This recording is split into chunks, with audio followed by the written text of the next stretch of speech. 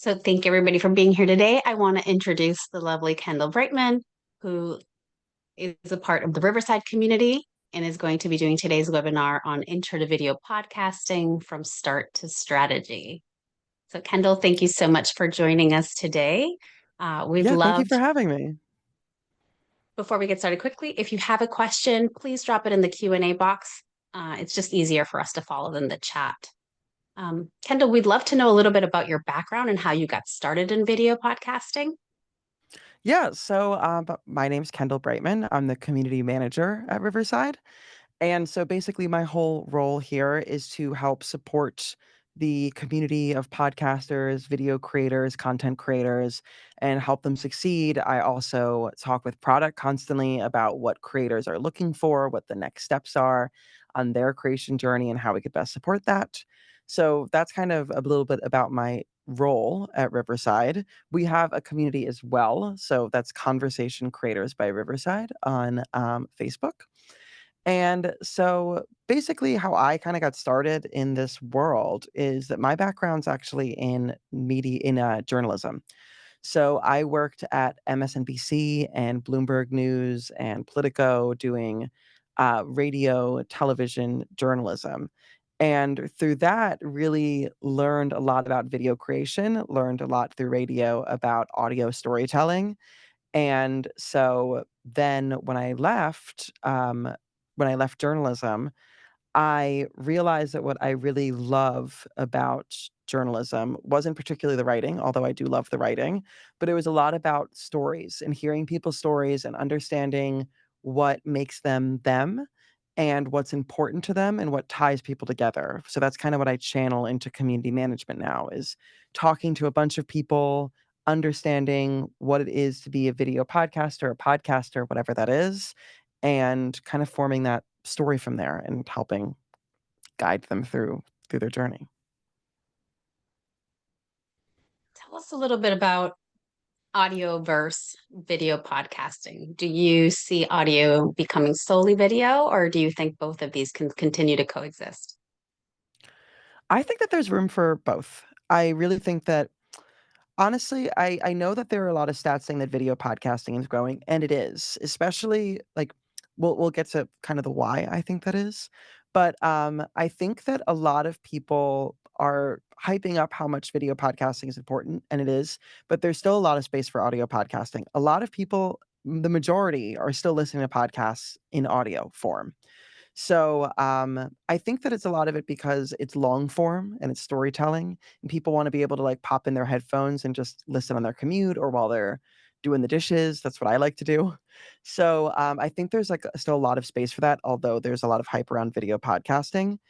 I think that what a lot of audio solely podcasts are doing, which I think is really smart, is the problem with audio podcasting right now is that there is really a lack of discovery. There's a lack of places where you can discover new audio podcasts. I think that part of that is because something like YouTube is so it's SEO based. Like people are going into YouTube and typing in something that they want to watch, a topic that they're interested in. And people don't really do that as much for podcasting. There's no for you page on audio. There's no kind of browsing discovery really that's become prominent on Spotify or audio or Apple Podcasts. And so what people are doing is that they're using video as a way to bring people into their audio. So for example, I know a lot of audio only podcasters who are recording on Riverside doing video. And what they're doing is they're creating social media reels, they're doing YouTube shorts out of that. And that's helping with their discovery. So I think that there's a bit of intimidation for people like going from audio to video that suddenly they're going to have this huge production and have to throw so much into creating a video podcast, do the extra editing, all of that. But I think that if somebody's going to start in video, the first thing that they should do is just record. If you're going to be recording audio, just record video on top of that and challenge yourself to make like 2 reels from each episode that you do and start with that because I think there's room for both. I really went all over the place with that answer, but I just have a lot to say about this topic, I guess. Let's start with the basics. If somebody wants Yeah. to get into video podcasting, let's talk about equipment, what they need, and how to get Yes. started. So, I'm not just saying this because I work at Riverside, but if you're going to be starting a video podcast, I highly recommend using Riverside. And the reason for that is because something like Zoom that we're using right now is used for meetings and to be able to have like what they're going to do is they're going to compress your audio and your video so that this live call is as crisp as possible. But what Riverside we're doing is we're recording everything locally onto your computer. So you still get that great call live so that you could still have that great conversation, but you get the highest quality audio and video possible. It's not compressed. It's like not going to be distorted because of the fact that that's how it's built. We're built to create high quality files. From there, honestly, lowest hanging fruit, if you're going to be starting a video podcast, you can do it on your phone.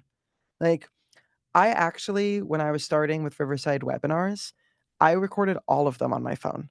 So you can connect your phone into Riverside. You can just even use your phone as a camera, even if you wanted to connect it to something like Zoom, and just use that back camera instead of the front one. Get like a very cheap mount that you can get on Amazon for like $12, or even just use a tripod and just mount it, speak right to your phone, and you don't have to invest in this high quality webcam. As microphones, I highly recommend the Samsung Q2U. I think it's $60, but it's really great audio quality for what it is. And so all you really need is something to record on, your phone, and a microphone that's able to get you good quality, and that's all you need. And then as far as, like, you can put some plants in the background, put a bookshelf, but, like, I think that when people are going into video, their first kinda knee-jerk reaction is, "I wanna get the highest quality webcam. I wanna completely design my studio," and that's so overwhelming. You do not need to do that. So, set yourself goals for kinda stepping up the studio as you go on, but for the entry point, phone and a nice microphone and Riverside. What about people that have guests that are not local with audio quality and everything? What do you recommend? So that's what Riverside's for. So Riverside's a remote recording platform. So what I think is really cool about this software is that it used to be that you'd have to have this like multi-million dollar studio that you come in and two people sit down and you have this conversation. But how many people can really afford to do that and rent that studio and do all of that? And when you kind of put that bar that you have to be able to meet in person with people and have the money to rent a studio, you really cut down on the amount of stories that you can tell and the amount of stories that everyone can hear. Like with being able to record remotely, it means you could talk to anybody in the world. It means that you don't have to have the funds to be renting out a studio. And that opens you up to having even more stories and hearing from even more people. And I think that creates a diversity of the stories that we're all hearing.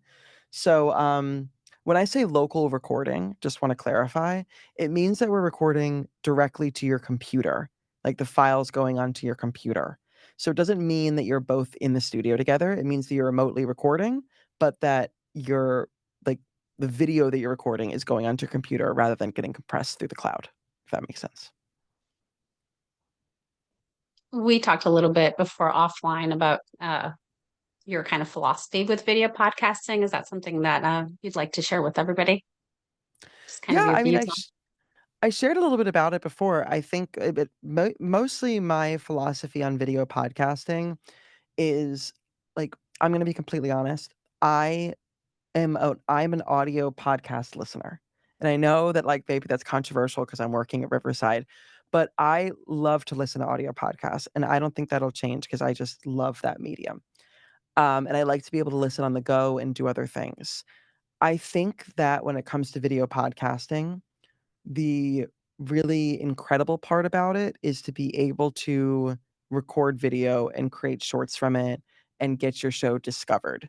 So I think that there's a misconception with people that they want to like that the goal is to get somebody to watch an hour-long episode on YouTube of your podcast when I talk about video podcasting. But when I'm talking about video podcasting, I'm talking about recording your podcast and adding video and using that to reach more people. Because as I said, Like on YouTube, people are searching for things. I'm not going on Spotify and searching for a topic. I'm searching for a show. And that's kind of like I think that there's a lot that needs to be done with Apple Podcasts and Spotify as far as discoverability, and maybe when you're done listening to an episode, suggesting an episode of another podcast that's on a similar topic, like that type of thing, but we're not there yet. So, as audio podcasters, if you wanna grow, you kind of have to incorporate video just because you need to get yourself in some sort of algorithm. So let that be Instagram, let that be YouTube Shorts, let that be TikTok, but something that will get people that aren't following you to see your work. And that's the goal. If anybody has any questions, by all means, make sure to drop them in the Q&A box. This is kind of just free flowing conversation. If we're thinking more strategy with video podcasting, not just shorts and things of that sort, is there any other way for audience growth beyond, Yes. the algorithm that is all around us? So I would say, as far as audience growth, my biggest recommendation for people is to go on other people's podcasts. Like, I think that that is such an unsung hero of audience growth. So when you think about it, if you're posting on social media, and it's great too, as I was saying, to get discovered by more people, but it is a big ask. I mean, like, I'm scrolling through Instagram. You want me to click out of my Instagram, go out of kind of scrolling mode, go into Spotify and listen to your full episode? That is a big ask. Maybe I'll save that episode and listen to it later when I'm in the kind of mood to listen along for 'em. But you don't know if the people on social media are podcast listeners. When you guest on other people's podcasts, there are a few really great things that come with it. One is that you're getting in front of new audiences that are verified podcast listeners and that they also are listening to your topic.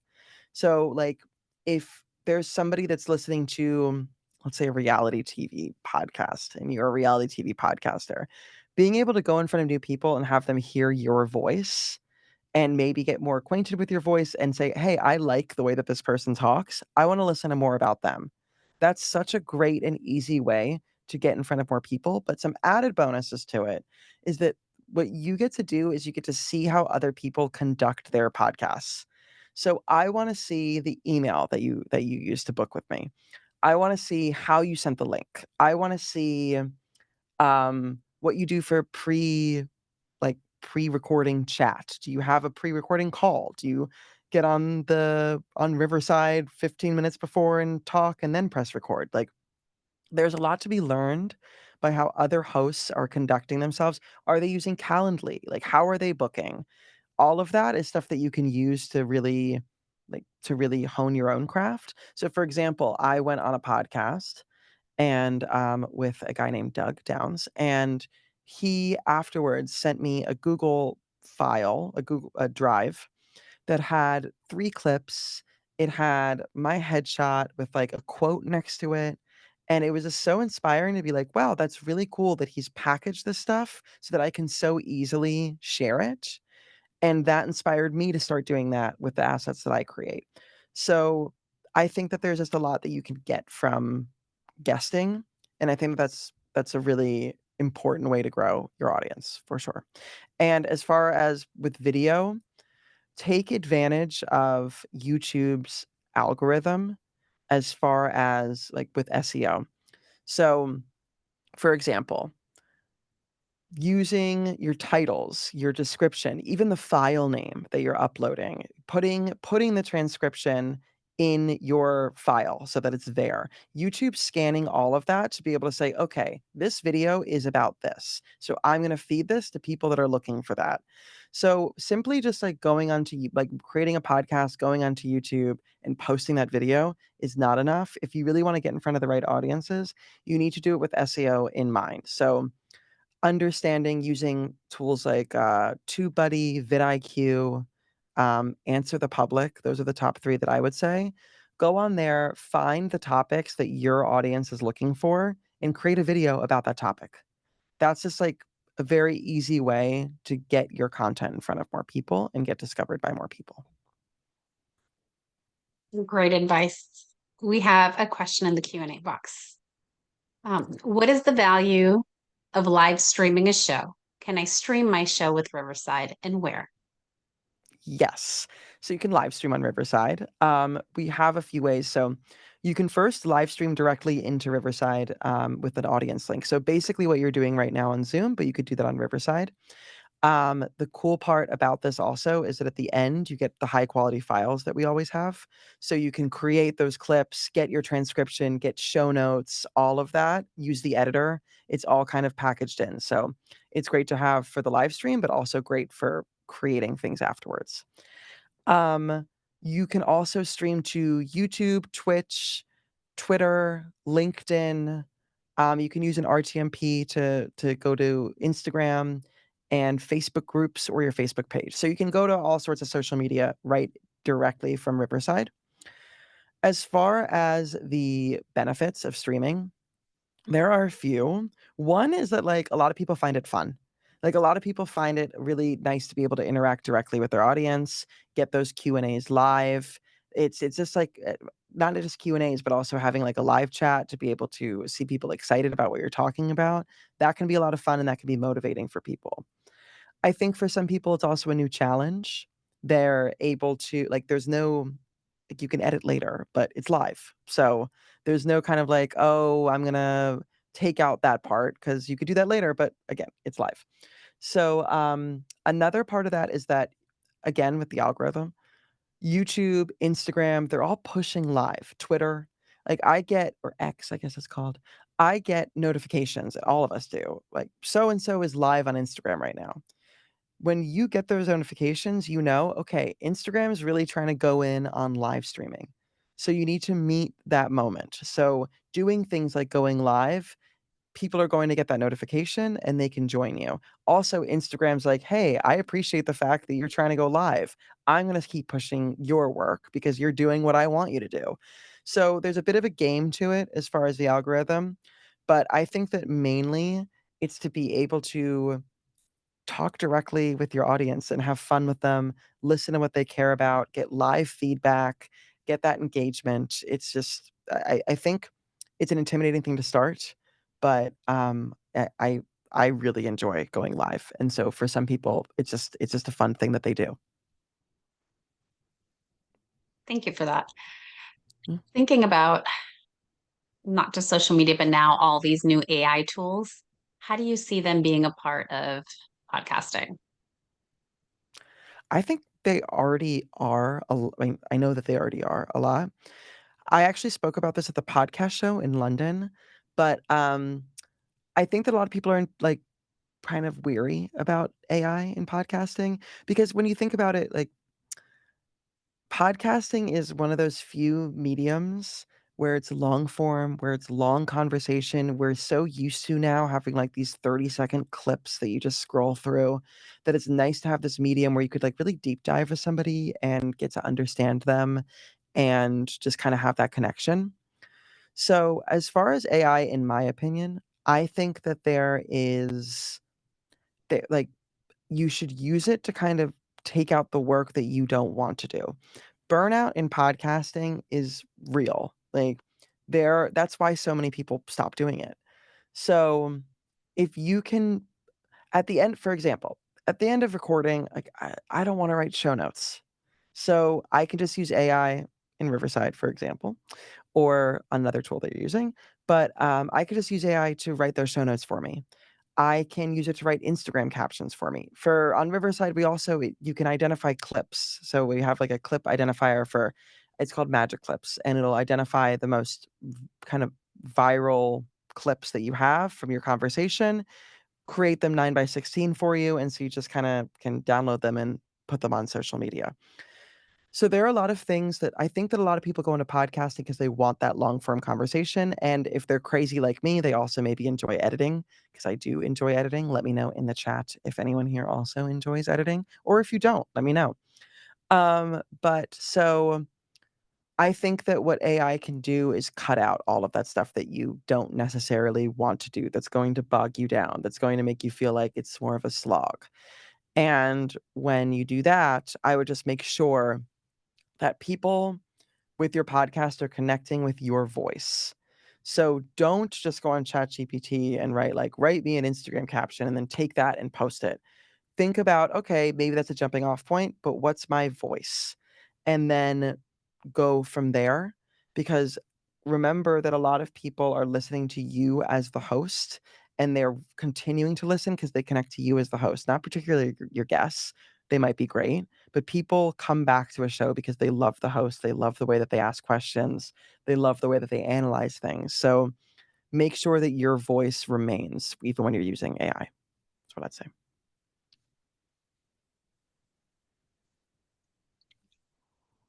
So in the Q&A, we have editing is where all the magic happens, at least in audio only. Yes, I completely agree. Now that we're talking about editing, what's your advice with somebody that's new to video podcasting with editing? Is there any editing mistakes that people can avoid? I am editing mistakes. I am not a fan of over editing.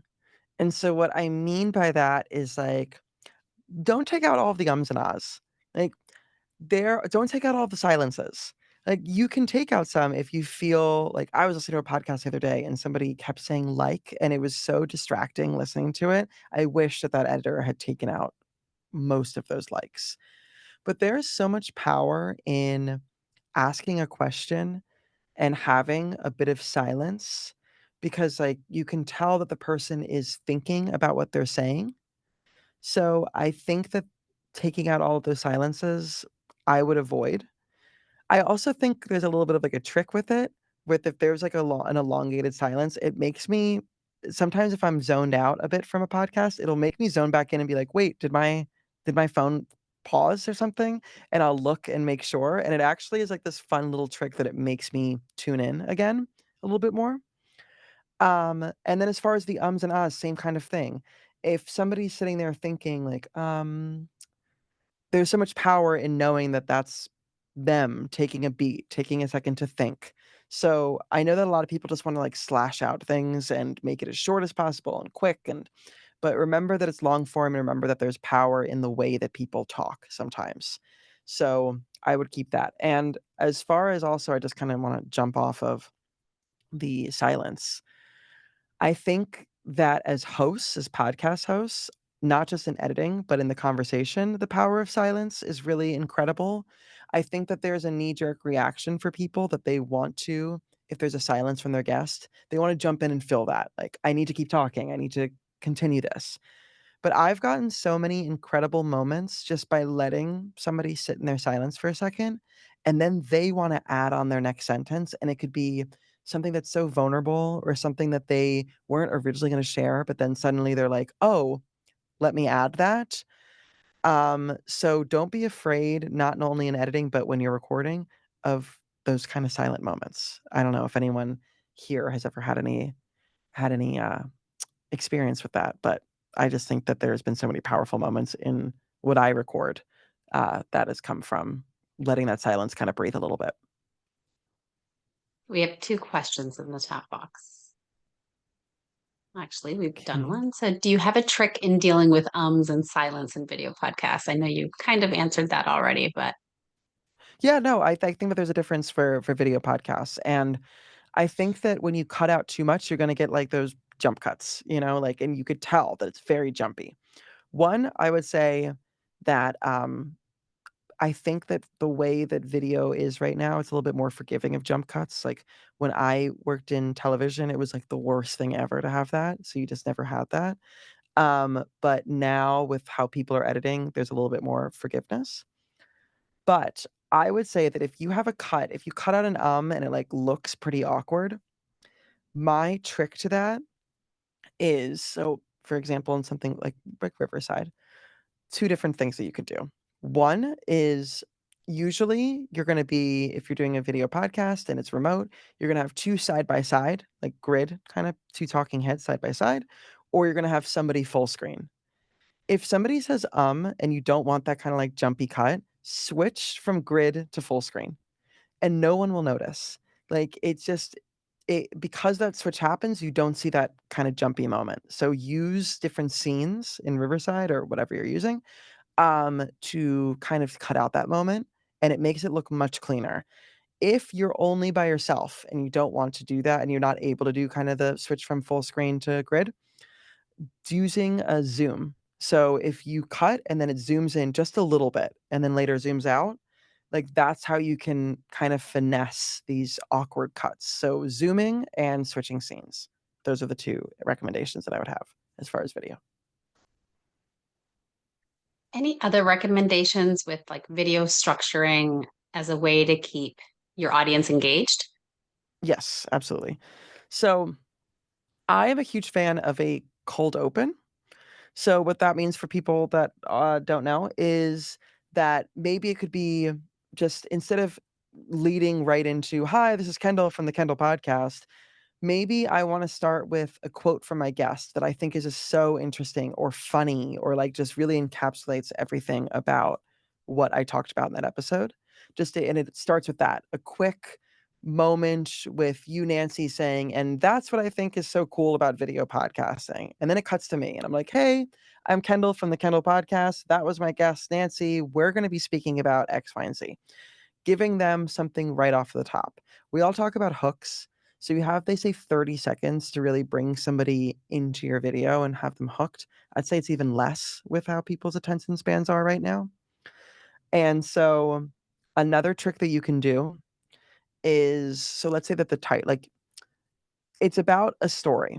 So the title for your video, let's say that it's why video podcasting is taking over media. I don't know. And then when you go into the video, you want to deliver on the promise of that title. So a huge problem that people have is that they create this crazy title, like "You'll never believe what happened here," and then somebody clicks in, and it's just a conversation about video podcasting. So when you write a title, it's a story. The title is what brings them in. The first 30 seconds is showing them that they were right to click that title. So for example, why video podcasting is taking over media. So when you click in, you're going to see me saying video podcasting is taking over the media and XYZ. And then you can add another question to keep people in. But why is also but some people are saying video podcasting is already dying. Why is that happening? We're going to be talking about both of those things in my conversation today with this person. So you want to answer the question or talk about the question that would be begged from your title, and then maybe add another question in there to keep them watching. The idea here is that people are watching videos based on what we call the curiosity gap. So a title can pique my curiosity. I want to know what the answer is to that question. So I'm curious. I'm going to click in. So you want to continue to create that curiosity throughout. So that's what I would say. If you're going to, and that's for if you're going to do like straight recording your audio podcast and then making it into like putting onto YouTube as a video podcast. So that would be the suggestion there. But I would also recommend if you really want to drive traffic and become like a video channel, I would also create some videos that are just for YouTube. So having your long form podcast is great, but maybe creating some shorts or like a 5-minute video that talks about like something that has to do with your topic, but is a little bit more video driven. Like I want to add B-roll into it. I'm going to like really make it look like a nice, cool video that you'd see on YouTube. And then also put your podcast in there. So you kind of give people a little bit of everything so that more people can come and look at your channel because it's hard to completely build a channel just on long form, two people sitting on a screen podcasts, if that makes sense. Would you say there's a sweet spot in the length of a video podcast? Yes. Okay, this is gonna be a really annoying answer. So bear with me. When I worked in video, I do work in video. When I worked in journalism, I would always ask my executive editor, like, how long should this video be if I was cutting a video? And he would give this annoying answer and he'd say, as long as it wants to be. And I was like, what does that mean? But we can all understand and know what it's like to be watching a video on YouTube and you scroll for a sec, like you kind of put your finger on the mouse to see how far along you are in that video, or even like you're showing a friend, you're like, oh my God, look at this really funny thing. And then like halfway through, you're like, oh, this feels longer than when I remembered. And now I feel awkward that I'm continuing to show this to my friend. I feel like we've all been there. So if a conversation's going and you like, I'm going to give the annoying answer that I feel like it should be as long as it wants to be. If there's a really interesting conversation and it's being kept up and one question after the other is like really creating a conversation discussion that flows, then keep it as it is. But in video, you can also be ruthless. So when you're listening and you're like, okay, this part's dragging, cut it. Like, I like try to, when you're editing, be in your head being like, is this longer than it needs to be? So, that's kind of my annoying answer. I also would say that you can find out from your audience how long a video should be, and that is by looking at your analytics. So if you are on YouTube and you look at your analytics and you see that people are dropping off at a certain time, that's how long the video should have been. Like, don't drag it on. Maybe if I'm finding that after 30 minutes or 10 minutes, 15 minutes, people are dropping off, maybe I wanna give a few 15-minute episodes. And maybe I wanna see how that's working and, like, with how many people are staying for the entire video. Maybe that's my sweet spot for YouTube. Maybe I'm putting out an hour-long episode for audio, but for the video podcast, I'm putting it out for 15 minutes. Try different ways of creating those videos. In your mind, think, "How long should this video be? Is this as long as it wants to be? Should I cut it? Should I make it shorter? How long is my attention span on this?" And then once you post it, let your audience tell you more about this. So check out those analytics, continue to follow them, and then adapt based on what those people are telling you. Because sometimes it's hard as the host to be like, no, but this part's the best. And other people are like, nope, this could have been on the cutting room floor.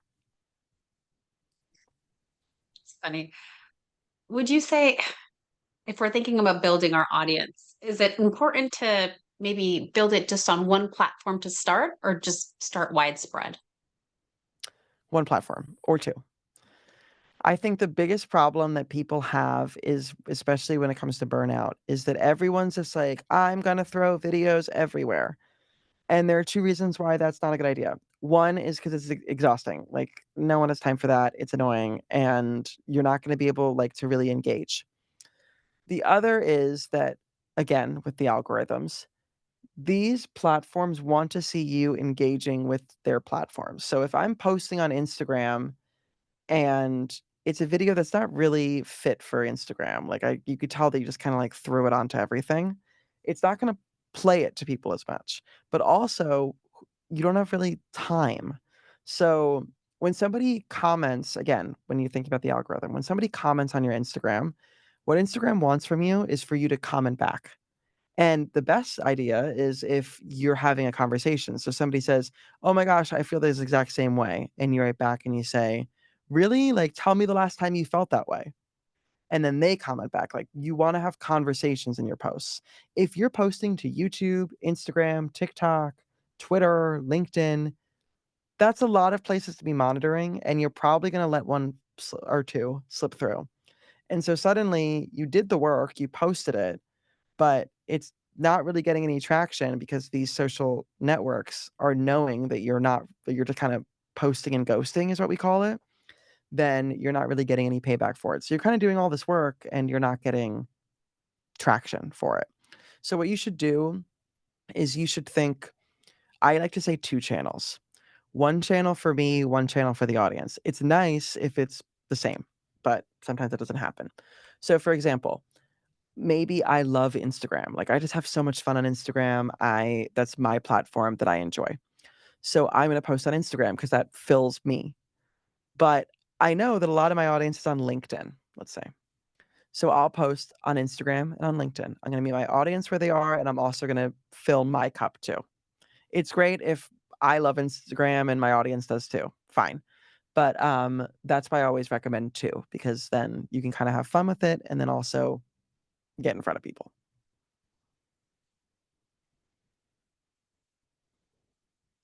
Let's talk a little bit about monetizing. Do you feel like it's easier to monetize with video versus audio? And if so, Yes. how can people start that? Yes, absolutely. So when we talk about monetizing, I think that a lot of people immediately jump to sponsorships. They're like, "Oh, monetizing, sponsorships, partnerships, that kind of thing." Actually, a lot of the creators that I speak to in the community that are really having success monetizing, they're doing it from themselves, not for they're kind of two lanes of monetization. From others, which is the sponsorship partnership, or from themselves, which is merchandise and which is Patreon subscribers type of thing. Really, most of the creators that I talk to that really have success and have been able to be full time, it's because of their Patreon or because of their Supercast. Um, Creating some sort of membership group type of thing, or their own merchandise that like really lands with their audience. So that's when videos comes in. I know podcasts that have the audio version, and like they're really expressive, funny people that you almost want to see talking about this. And they say, "Hey, if you want the video version, that's our $5 tier per month." And people will actually buy into that. Or they'll say, and or, because you can do different tiers, we're doing a bonus episode and it's video, or you could do audio, fine. That's on our Patreon. So creating bonus content, maybe it's saying, um, we do one-on-one. I'll meet you one-on-one for with one of the people from the audience. If you like, if you're on this tier, create like you know your audience the best. You know what's going to entice them the most. So again, if I'm going to use this reality show example, maybe you talk about one reality show on your podcast, but maybe there's one that's like I know a lot of people are also watching. But if you want to watch that, if you want to listen to that content, that's on my Patreon. So creating video content, bonus content, all of that, and making it as a part of a subscription service, that is my most recommended way of monetizing.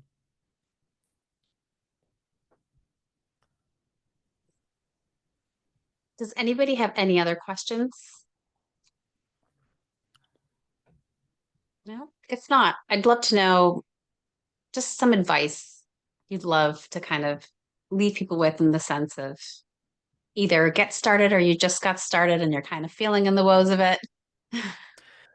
I would say to do like you don't need to go from 0 to 100 in the beginning.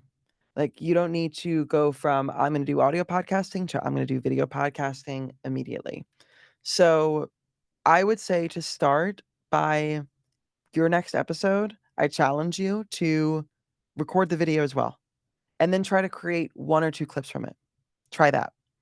Or if you're already doing that, I would say trying to maybe if you're using your laptop camera, like try your phone. Like these incremental steps to continue to push yourself and challenge yourself and create better content. That is what's going to get that payback for you. You can have the best conversation in the world, but if you are not like if you're overwhelming yourself and in the end the product isn't so good, like the audio quality is not so good, the video quality is not so good, that kind of thing, there's not going to be people that are going to listen to it and watch it. So focus on like the main things that make your show and then add those video elements onto it. It makes it less intimidating, but it also makes it so that you have something better in the end. And instead of going from 0 to 100 and overwhelming yourself, instead just like next time try Riverside. Kidding. But next time like record on Riverside, have those high quality files and then be able to just make some clips or something like that. Like what is your next step? Think of that next step and then start doing that. And then the next episode, you could do something more. And the next episode, you could do something more. But when you try to pile it all on and you're like, okay, tomorrow I'm going to be a YouTuber, that's not going to work for you. Do like make it something that excites you and something that will keep you going rather than burn you out. I think that's the biggest mistake that people make when they transition from audio to video is that it becomes something that burns them out quicker because they're not ready for like they pile too much onto their plate. Definitely. I mean, I'm sure the transition is intimidating. Would you say there's a point in your video podcasting where you're like, okay, I'm at the point now where I do need professional editing because of where I am in my growth? How would one know that? So it can be about so it doesn't have to be about your growth. I would say that first of all, if you want to be video podcasting and you have the budget to have an editor and you feel like you hate editing, unlike me, like I was talking about before, then send it out to an editor. Like you don't have to be huge. If you have the budget and you want to do that and it's actually going to keep you going, then hire an editor. But I would say that if it's about growth, that type of thing, if you're finding that your videos are not that you're being consistent, that you are like because we already like everyone kind of knows the importance of consistency. If you're being consistent, if you're investing in your audio quality, your video quality, you're doing everything that you can, but you're not seeing any results from it and you really want to be. And again, that you have that budget and you want to be having that growth. I would say to try hiring an editor or hiring a producer and strategist. They're going to look at your titles, they're going to look at your thumbnails, they're going to look at your show descriptions, all of that, and see what you can be doing to really push yourself to that next step. So it depends on what you're kind of looking for. If you're looking to get editing off of your plate, hire an editor. If you're looking for growth, I would say bringing on somebody more of like a strategist type of thing, and they might tell you you need an editor. Like they might tell you, oh, the video, the editing is just not well done. You're gonna need to get an editor. But I would say that would be the next step. Just a quick side note. Now that you're mentioning thumbnails, how important would you say those are to discoverability? Huge. If you're doing a video podcast, it should be title and thumbnail are the two most important things. And when I'll give some thumbnail tips, keep it clean. Like, don't clutter your thumbnail. Make it really easy for people to scan over. That's one. Two, if you put a person on it, chest up. Like, don't put full body. I'm saying this because I know a creator who changed all of her thumbnails from full body to chest up. And even that, like, changed the amount, like, really drastically improved the amount of people that were watching her videos, which is really cool. Um, there are a few other methods that you can use for thumbnails. So people love, for example, a before and after or a three-step type of thing. So, like, if you make your thumbnail and show this kind of like before, after, maybe you're a realtor and you have a podcast about real estate and you do like before and after or three-step, for example. So if you're a realtor, you have a real estate podcast, the three-step can be let's talk about what it's like to like a $1 million home in New York, New Jersey, and New Mexico, that kind of thing. And showing those three different houses that catches people's eyes. So before, after, three-step, those types of things, those are great for thumbnails. So try doing that. Bright colors. And my last thing that I would say is drop your logo. Like, don't put your logo on your thumbnail, which is a surprising thing that people are always like, why wouldn't I do that? It's important to have my logo. It's just clutter. Like, your logo, you'd think, usually is probably going to be your profile image, maybe. And that's going to be under your video. So your logo is already going to be there. But first of all, nobody really sees that logo when it's on the thumbnail, and all it does is clutter the space. So unless you're interviewing Nike and that's like a very recognizable logo that you want to put on your thumbnail, I went to the Nike headquarters and I snuck in and I don't know, crazy title like that. Put the Nike logo. Otherwise, if it's just like your podcast logo, drop it. We don't need it. Okay. So if there's no more questions from anybody, I would love to leave off with if we could just do a quick rundown of your favorite equipment that you suggest. I know you mentioned some at the start. Um, Mhm. any must-haves for video podcasting. Yes, as far as equipment. So, one, headphones. Headphones. People are usually like, why would you need headphones, especially if you're recording remotely? The idea is that if you're using your computer and then you have a microphone in front of it, the microphone's going to pick up the computer. So when you have your guests on, when you have for yourself, make sure that those that your guests and yourself are wearing headphones. So that could even be AirPods. Like that's fine. Just as long as you've got some headphones. As far as camera, I really would recommend like even an iPhone. Like just having that and a mount. That is a great one. You can also like really start investing in your camera. But to be honest, I'm more focused on for microphones. Um, Budget option, I would say, is the Samsung Q2U.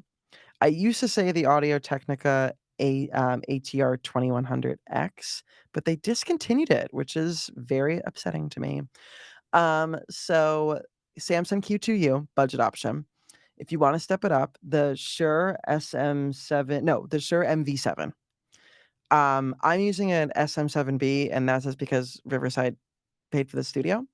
I also like the MV7 from Shure, and it also has great quality. And headphones, I mean, I'm wearing like Zone Vibe 100s, I think they're called, but Logitech. But I just like them because they're comfortable. Find headphones that are comfortable for you. Over the ear, in ear, does not matter. As long as like they're comfortable and you'd want to sit in them for an hour plus, do that. And then one more little editing tip, like equipment tip. When you're editing, and if it's like audio or video, edit, like controversial opinion, edit wearing AirPods or like kind of headphones because most of the people that are going to be listening to your podcast are going to be listening wearing those headphones. So you can also, I mean, edit where like if you're into audio, like go in and use your nice headphones and really get into it. But then I would go back and just do a scan of it wearing AirPods because that's what most people are going to be wearing when they're listening to your podcast. So try it out. Great advice. Kendall, it was a pleasure spending this hour with you. If there's anything else you'd love to share, we definitely have a couple minutes for it. If not, thank you everybody for joining us today. Thank you. I wanted to send a hold on, con. Well, but now I've been kicked out of my Facebook. This was supposed to be so easy. I just wanted to send in the chat a link to join our community for anyone who is interested. But I'm currently trying to log into Facebook and Meta. Oh, there we go. Okay, great. I'm going to put it in the chat for anyone who would like to join. You can find me there. It's Conversation Creators by Riverside. And also for anyone who wants to try out Riverside, we do have a free plan. So you can try it out. Doesn't give you, it goes up to 720p video quality just because it's a free plan, but it does give you an idea of what we're all about. So for anyone who hasn't tried, try it out. Great. Thank you. All right. Well, I'm going to stop recording and thank you everybody for joining us today. Have a Thank great you. rest of your day. Bye.